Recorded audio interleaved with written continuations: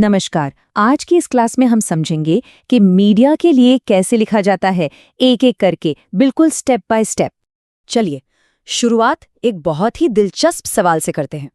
कभी गौर किया है कि एक ही खबर, मान लीजिए कोई बड़ा मैच या कोई राजनीतिक घटना, वो टीवी पर अलग दिखती है, अखबार में अलग ढंग से लिखी होती है और इंटरनेट पर तो उसका अंदाज ही कुछ और होता है। ऐसा क्यों होता है? तो इसका सबसे पहला और सबसे जरूरी नियम है, जैसा माध्यम वैसा अंदाज। सीधी सी बात है, हर मीडियम का अपना एक कैरेक्टर होता है। अखबार है पढ़ने के लिए, रेडियो सुनने के लिए और टीवी, वो तो देखने और सुनने दोनों के लिए है। तो जाहिर है, जब माध्यम अलग है तो लिखने का तरीका भी तो अलग होगा ही। एक और बात समझना बहुत जरूरी है कि ये सारे माध्यम, ये टीवी, अखबार, इंटरनेट, ये एक दूसरे के कॉम्पिटिटर नहीं हैं। बिल्कुल एक इंद्रधनुष की तरह सोचिए। जैसे उसमें सारे रंग मिलकर उसे खूबसूरत बनाते हैं, वैसे ही ये सारे माध्यम मिलकर हमें किसी भी खबर की पूरी तस्वीर दिखाते हैं, एक ज्यादा गहरी समझ देते हैं। देखिए, हिंदी के बहुत बड़े कवि और पत्रकार हुए रघुवीर सहाय। उन्होंने क्या खूब बात कही। उन्होंने कहा कि खबर लिखना सिर्फ फैक्ट्स बता देना नहीं है, ये कविता लिखने जितना ही क्रिएटिव काम हो सकता है। आप फैक्ट्स नहीं बदल सकते, लेकिन 2-3 फैक्ट्स को सही तरीके से जोड़कर सच्चाई की एक नई परत खोल सकते हैं। ये एक कला है।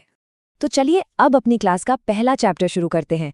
प्रिंट मीडिया यानी अखबार और मैगजीन, ये वो दुनिया है जहां छपे हुए शब्द की ताकत सबसे ज्यादा होती है। यहाँ हर एक शब्द को सोच समझ कर तौल कर लिखा जाता है। अब प्रिंट में लिखने का मतलब ही है डिसिप्लिन। इसके 4 सुनहरे नियम हैं। पहला, भाषा एकदम सही होनी चाहिए, ग्रामर, स्पेलिंग, सब कुछ। दूसरा, डेडलाइन, वो तो पत्थर की लकीर है। तीसरा, फैक्ट्स में जरा सी भी गलती की गुंजाइश नहीं। और चौथा, लिखने का फ्लो ऐसा हो कि पढ़ने वाला बंध जाए। इनमें से एक भी चीज इधर उधर हुई तो समझ लीजिए खबर का असर गया। अच्छा, प्रिंट की दुनिया से अब निकलते हैं और चलते हैं ब्रॉडकास्ट की दुनिया में। यहाँ खेल सुनने और देखने का है, रियल टाइम में। यानी हम बात कर रहे हैं रेडियो और टेलीविजन की। ब्रॉडकास्ट की सबसे बड़ी चुनौती पता है क्या है? ये एक लीनियर मीडियम है। लीनियर मतलब ये कि जो एक बार टीवी पर आ गया या रेडियो पर बोल दिया गया, वो बस चला गया। आप अखबार की तरह पन्ना पलटकर वापस नहीं जा सकते।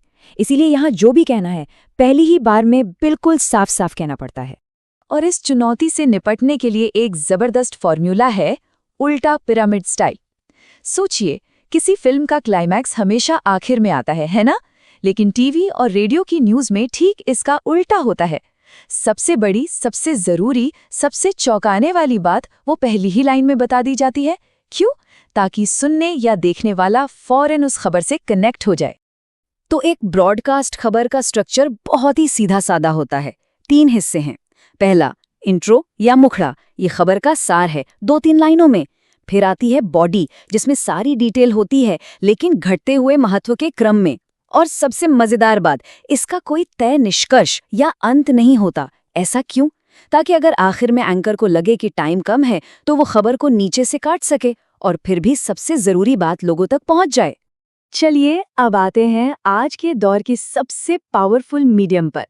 अपनी क्लास का अगला चैप्टर है इंटरनेट। एक ऐसी दुनिया जहां पढ़ना, सुनना और देखना तीनों एक ही जगह मिल जाते हैं। इंटरनेट पत्रकारिता की असली ताकत 2 चीजों में बसती है। पहली, इंटरैक्टिविटी, मतलब यहाँ लोग सिर्फ खबर पढ़ते या देखते नहीं, बल्कि उस पर कमेंट कर सकते हैं, अपनी राय दे सकते हैं, उसे शेयर कर सकते हैं। और दूसरी ताकत है इसका असीमित भंडार, यानी आर्काइव। एक क्लिक पर किसी भी टॉपिक पर सालों पुरानी जानकारी मिल सकती है। अगर हिंदी वेब पत्रकारिता के सफर को देखें तो ये बहुत तेजी से आगे बढ़ा है। इसकी शुरुआत वेब दुनिया जैसे पोर्टल से हुई। फिर तहलका.com आया, जिसने वाकई में गंभीर ऑनलाइन जर्नलिज्म की नींव रखी।